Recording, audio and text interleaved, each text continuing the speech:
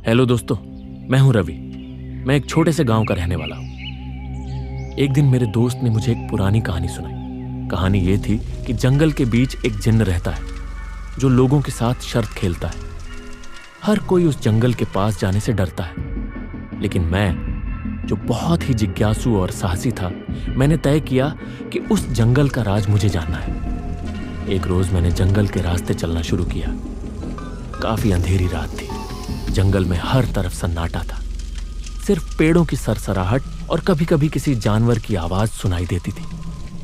मैंने टॉर्च लेकर आगे बढ़ना शुरू किया।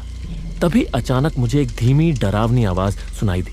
मदद करो, कोई है? मैं रुक गया और टॉर्च से आसपास देखने लगा। मैंने देखा एक पुराना बड़ा सा पेड़ और उसके नीचे एक अजीब आदमी बैठा है। उसका रंग लाल, आंखें सफेद और चेहरे पर एक अजीब सी मुस्कान थी। मैंने बहुत हिम्मत करके पूछा, तुम कौन हो? वह आदमी मुस्कुराया और बोला, मैं एक जिन्न हूं। तुम्हारे यहां आने का मतलब है कि तुम्हें एक शर्त खेलनी पड़ेगी। अगर तुम सही जवाब दोगे तो जिंदा जा पाओगे। अगर जवाब गलत हुआ तो तुम्हें मेरे साथ हमेशा के लिए यहीं रहना पड़ेगा। मैं डर गया, लेकिन फिर भी मैंने कहा, पूछो अपना सवाल। जिन्न बोला, वो क्या चीज है जो तुम्हारे साथ है, लेकिन तुम उसे देख नहीं सकते? मैं हैरान था। मेरे दिमाग में कई जवाब आए, जैसे हवा, परछाई या खुद का डर। लेकिन मुझे लगा जिन कुछ अलग सोच रहा है। जिन मुस्कुराया और बोला, तुम्हारे पास सिर्फ 5 मिनट है, जल्दी सोचो। मैंने घड़ी देखी और टेंशन में सोचने लगा। हर जवाब मुझे गलत लग रहा था। फिर मेरे दिमाग में एक अजीब बात आई। मैंने थोड़ा सोचकर कहा, मेरी मौत। जिनका चेहरा गंभीर हो गया। फिर वह हंसकर बोला, तुमने सही जवाब दिया, तुम जा सकते हो। मैंने एक लंबी राहत की सांस ली और वहां से भागकर अपने घर लौट आया। जब मैं घर पहुंचा तभी मुझे एक अजीब सी थकान महसूस हुई। मैंने पानी पिया और बिस्तर पर बैठ गया, लेकिन जैसे ही मैंने अपनी परछाई देखी, मेरा दिल थम सा गया। मेरी परछाई धीरे धीरे जिन के रूप में बदलने लगी। जिन हंसकर बोला, एक शर्त और थी जो तुम भूल गए। जिन एक बार मिलता है तो कभी छोड़ता नहीं। अगली सुबह मेरे घर वाले मुझे ढूंढने लगे, पर मैं कहीं नहीं मिला। मुझे होश तब आया जब मैंने खुद को एक अजीब सी जगह पर पाया। यह जंगल की तरह लग रही थी, लेकिन यह कोई साधारण जंगल नहीं था। यहां हर तरफ धुंध थी और पेड़ों की शक्लें डरावनी थी। मेरे सामने जिन खड़ा था और हंस रहा था। उसने कहा, अब यह तुम्हारा नया घर है। मैं गुस्से से बोला, तुमने धोखा दिया।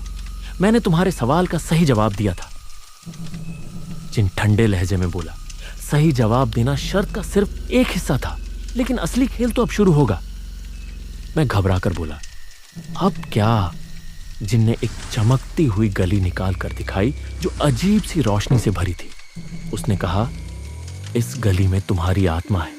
अगर तुम इसे मुझसे वापस ले सको तो तुम आजाद हो जाओगे, लेकिन अगर नहीं तो तुम्हें हमेशा के लिए मेरी दुनिया का हिस्सा बनना पड़ेगा। मेरे पास और कोई विकल्प नहीं था। मैंने पूछा, मुझे क्या करना होगा? जिन बोला, इस जंगल में छुपे खतरों का सामना करो और गली को हासिल करने की कोशिश करो, लेकिन हर कदम पर तुमसे कुछ ना कुछ छीना जाएगा। अगर तुम फेल हो गए तो तुम्हारी आत्मा मेरी होगी। मैं जंगल के अंदर चल पड़ा। हर तरफ अजीब सी आवाजें और साए मुझे डराने की कोशिश कर रहे थे। मुझे ऐसा लग रहा था जैसे जंगल जिंदा है और मेरी हर चाल पर नजर रख रहा है। पहली चुनौती तब आई जब मुझे एक पुराना टूटा हुआ पुल पार करना था। नीचे का पानी काला और डरावना लग रहा था। मैंने अपने डर को काबू में रखते हुए धीरे धीरे चलना शुरू किया, लेकिन जब मैं पुल के बीच में था, मुझे लगा कोई मुझे पीछे खींच रहा है।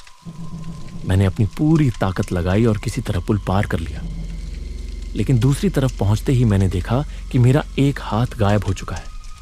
जिनकी आवाज हवा में गूंजी, मैंने कहा था, हर कदम पर तुमसे कुछ न कुछ छीना जाएगा। आगे के रास्ते और भी ज्यादा खतरनाक थे। हर चुनौती में मैंने कुछ न कुछ खोया, कभी मेरी यादें, कभी मेरी आवाज। आखिरकार मैं उस जगह पहुंचा जहां जिनका गली रखा था।